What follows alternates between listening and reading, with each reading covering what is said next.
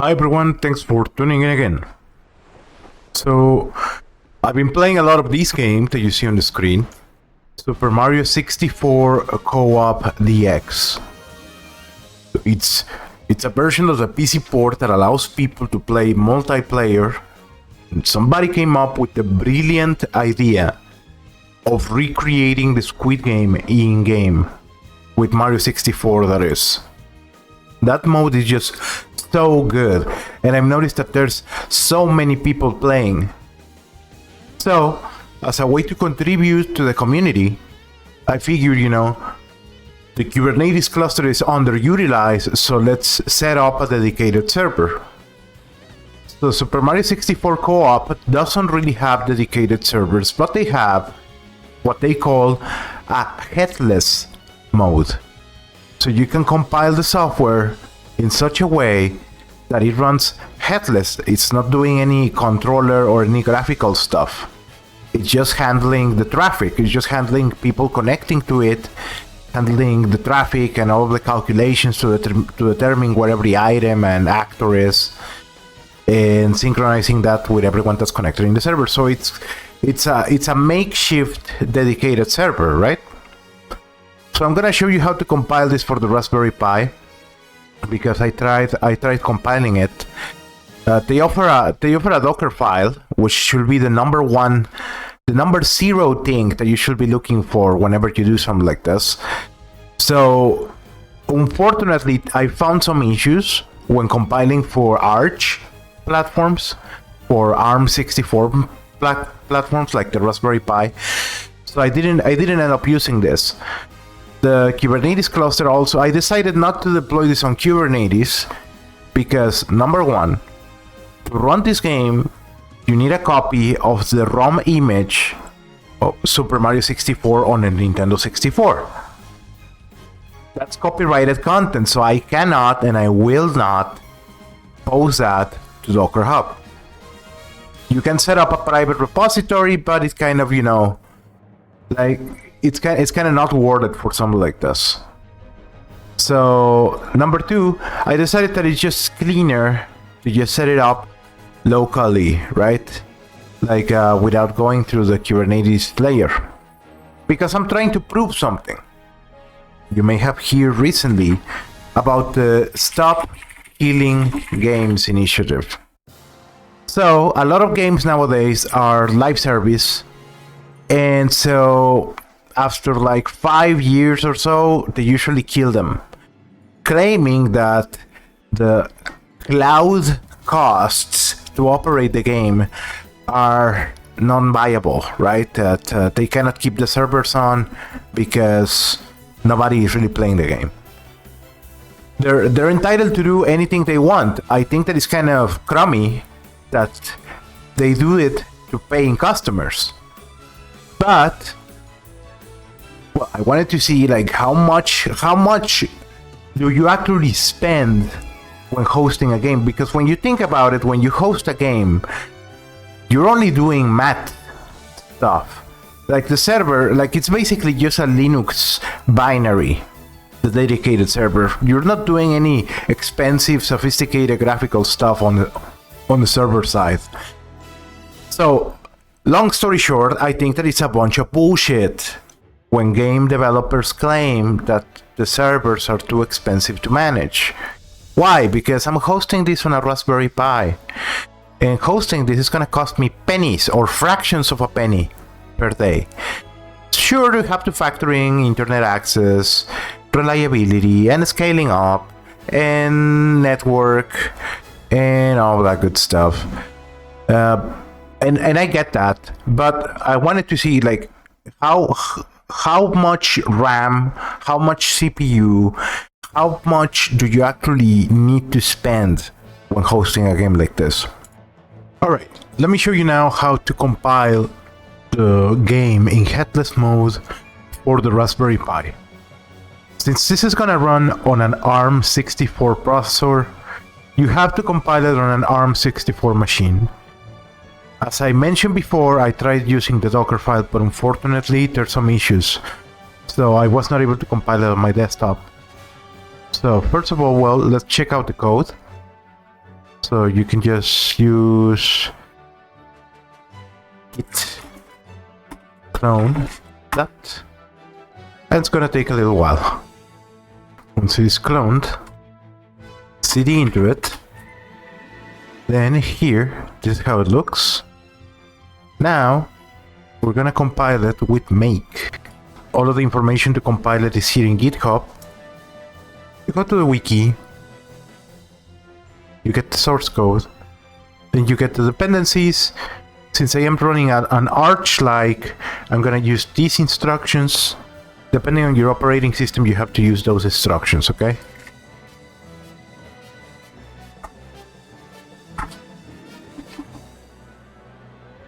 Okay. My database is maybe a bit out of date. I'm hoping that this is gonna work, but if it doesn't, no worries. No, I think it's going alright. Once it finishes installing dependencies, you're gonna use make. However, there's a very important step that I'm gonna show next. So now, we're gonna use make, but then there's two flags that we need to pass to make. Headless equal 1, and target rpi equals 1. That's J4, so we can run more jobs in parallel. You can also run J8 or another amount of jobs in parallel. So in theory, it should help make the compilation faster, right? So let's get started. All right, and this is going to take a while. Okay, so this is what I wanted to get to. The compilation is going to fail at some point in the linking stage. So when this happens, however, there's a workaround. So you just look here in the issues. So here's a patch. So we're gonna have to apply this patch to the platform.c file. And that means that we're gonna have to write C code. Ah, so scary. Nano. src levels src pc platform.c. So it should be pretty simple. So just come over here to the end of the file, then paste that. Okay, so hold on a sec. We have that save, compile again. And now the linking should not fail.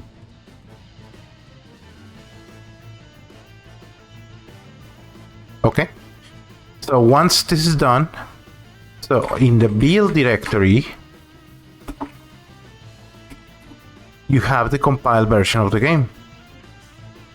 But now, you need to supply a copy of the Mario 64 ROM for this to run. This copy should be a legal copy that you dump yourself, right? And fortunately, I already have a copy like that. So SCP games run also to media, also to games ROMs N64 Super Mario 64. Okay, so we have this. So we're gonna SCP that to null set at 192.168.1.44 past that, right?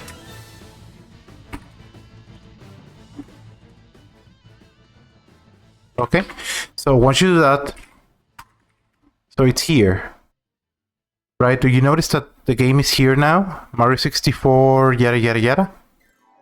So now we're going to rename it, move Super Mario 64 to base rom.us.c64, and that's it. So now it is possible to run the game, right? So I have an invocation here, SM64COOPDX ARM, and I like to pass the argument --copnet So this starts a co-op session on the service that the fans created for the game without a password. This will allow other people to join. Player name, you just use whatever you want, and enable mod Drench Game. The Drench Game is a mod that enables the Squid Game-like game mode. So that's optional, but you know, I want to set rooms that use that mod. So we need to import the mod too, so let's do that. So cd we can just use SCP, and here we have games, SM64 Co-op Linux mods, right?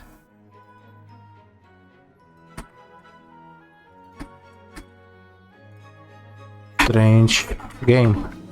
So I'm gonna SCP-recursive to null set at my server, and the path is gonna be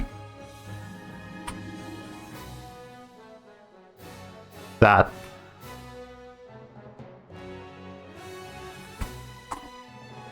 Mods. Okay? So we're gonna copy the mod.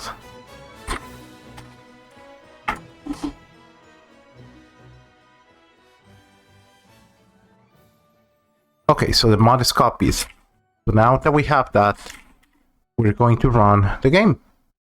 We're gonna use this incantation.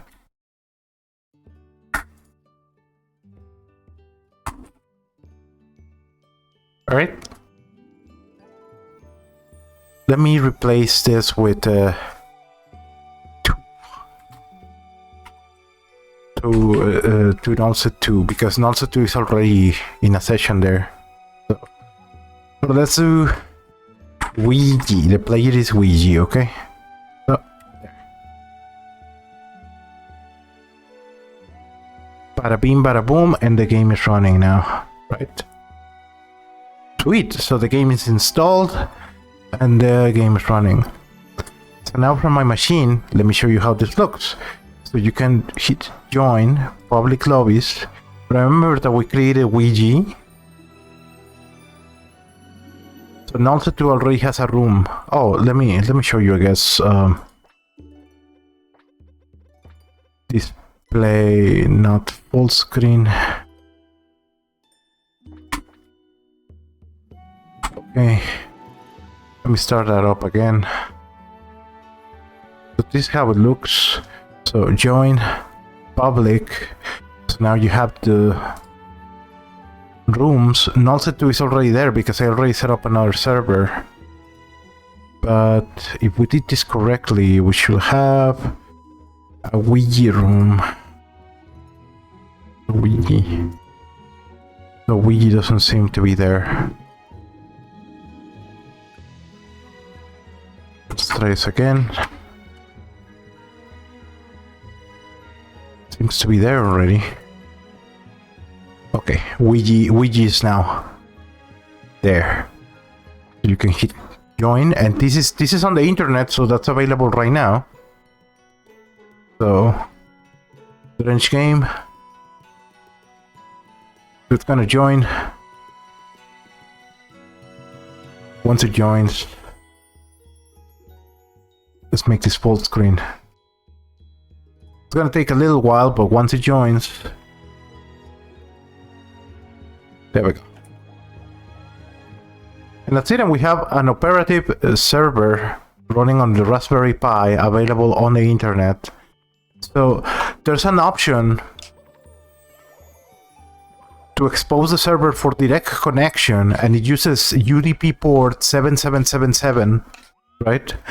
So there's an option to do that if you want to host the game privately. But in this case, I mean, I already have the port forwarding set up. I already have everything set up. But I want games to be publicly discoverable, so I want to depend on co-opnet, right? So yeah, so we have a game. We can start playing. Right? But you know, so now that we have this, so we should set it up as a systemd service. So this is how the file looks.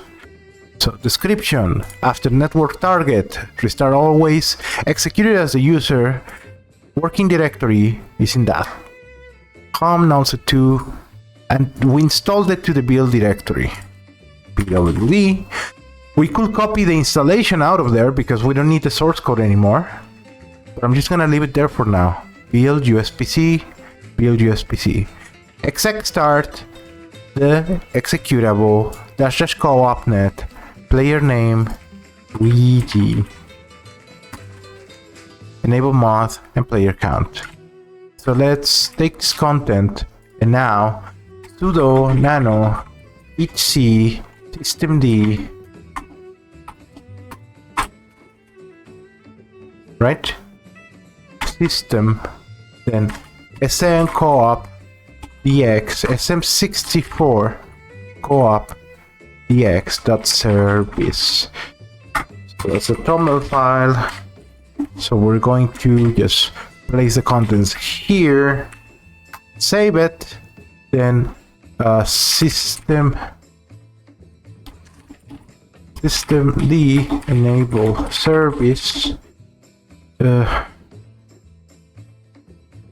enable SM64 co-op DX, if I'm not mistaken. systemcdl. Okay, so now that we have that, enable now SM co-op, SM64 co-op DX service. Okay. Okay. Okay. Okay, and systemcdl status SM64 co-op DX. Okay, and so as you can see, this is now running, and it's doing its thing, it's working its magic. So so even if I close this, right? So even if I close this, I should be able to join public lobbies. And now there's the also two. There's Ouija. Okay. So let me know what you think, and I hope to see you around in Mario 64 co-op. I've been having a lot of fun with this. Feel free to leave a comment if you want to see more of this. I'm thinking that it would be very interesting to make custom levels for the Drench game, because it's really fun. You have no idea. So thanks for hanging out. I hope that you use my server.